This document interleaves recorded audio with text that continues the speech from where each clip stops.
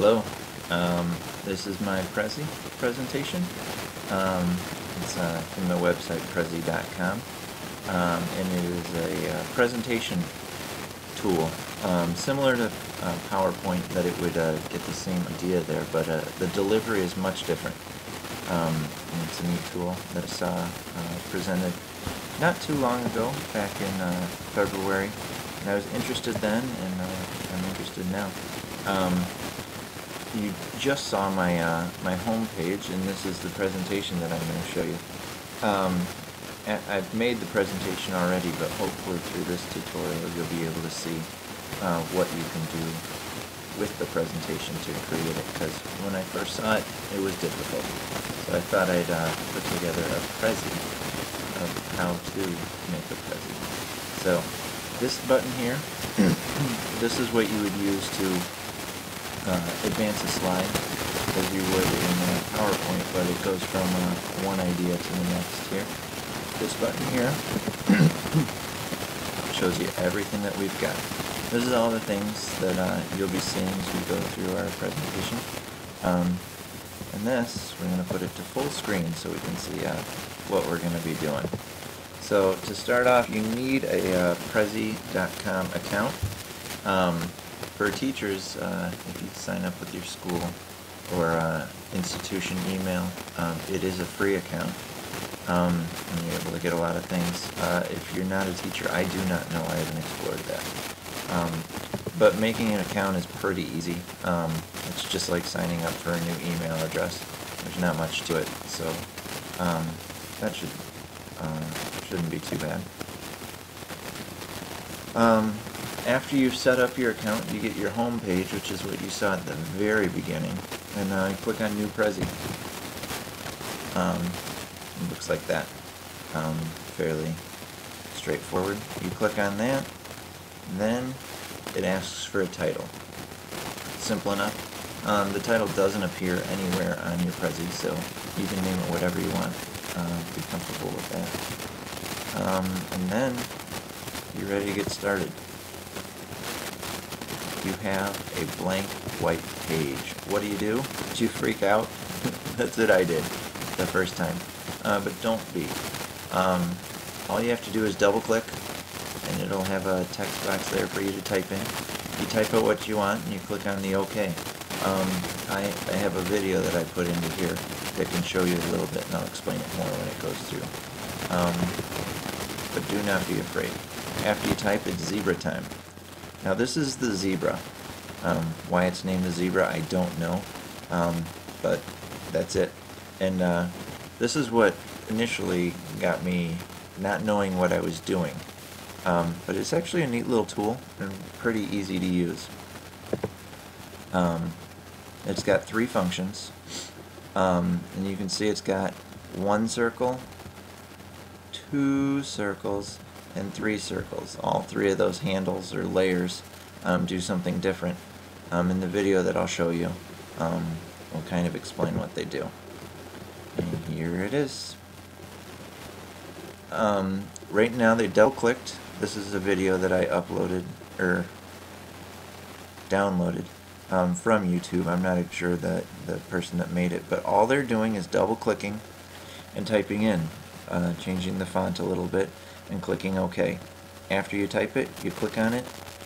Right now, if you have your cursor in the center of it and you click, you can move it to wherever you want. So that inner circle is what you have to make the text move around, or your item, I guess, because you can take pictures or whatever you want and move them around to wherever. So that middle one moves things around. Then the next layer resizes. Little typing issues with this one, but it resizes. So if you click on that next, I guess the middle donut, it resizes it. You can make it really big or really small. So that's what that does. So and the size doesn't necessarily matter. It sets it up, and if it's really teeny tiny or really huge, it'll show the same. It's not like if you have 12-point font on PowerPoint, it'll zoom in to right where you need it. So it doesn't really matter what size it is. Then the last layer is to rotate, and you could do this to make your viewers dizzy, or to just kind of make the experience different, because the thing with Prezi is you're flying from one thing to the next, and if you're flying and turning or flying and moving, it just has a different feel. So that last layer is it rotates it around. Now, after you've got those basics down, you just start typing. One nice thing about Prezi is you do not have to create a new slide. You can just go with what you have and click, type, click, type, click, type, and so on, and go from that. It's really easy. You move it to wherever you want, and you just keep going. And whenever things are, if you're not sure what to do, you can refer to the wheel in the top left corner. That wheel looks like this. And it's got 5 different tabs off of it. If you see the whole thing, then you can double click anywhere and you can create text. If you see individual things, each piece has a special feature. Like this piece, the colors tab, that's going to give you your theme. It's going to give you either if you just want it white with just plain text, or if you want it to get a little bit different. These are the ones that are available with the with my edition. I don't know if there's a premium edition that'll have more, but this is enough for me. And I used this this gray one just because, I don't know, it wasn't too flashy, but it wasn't just straight white. You can also go in the theme wizard and waste tons of time trying to get it exactly how you want it. But yeah, you just got some generic ones laid out, and if you want to go in a different language, go for it. But that's your theme. Next one is the path. This is what sets things up to be able to fly from one thing to the next. When you want to, you would click on path, then you'd click on add, and you'd click on your first thing that you wanted it, maybe your title, and then you'd click on the next thing and move around to each of those things, and at the end it's going to look like it's just a jumbled mess with the path, but that's going to be where it's going to fly from. Capture view is something you can do where you create a frame around something and you look at more than just the one little piece that you typed. You can look at a little bit more. And the delete all is kind of the part that would save you if you're like, I don't know where this is going, I've messed up too many times. You get rid of them. It's kind of extreme, but it's there if you need it. When I made mine, I added them as I went along. Others recommend doing it at the end, but I wouldn't recommend that because you're going to miss things and you're going to skip over things. So try that out first, just going with as you go along, and then you can adjust things as you go along with it. Next is the frame. The frame, as I said, hinted at earlier, if you make a frame around something, you can zoom at that frame. Or you can just set up like the darker frame to maybe highlight something if you wanted to go with it. Next is insert.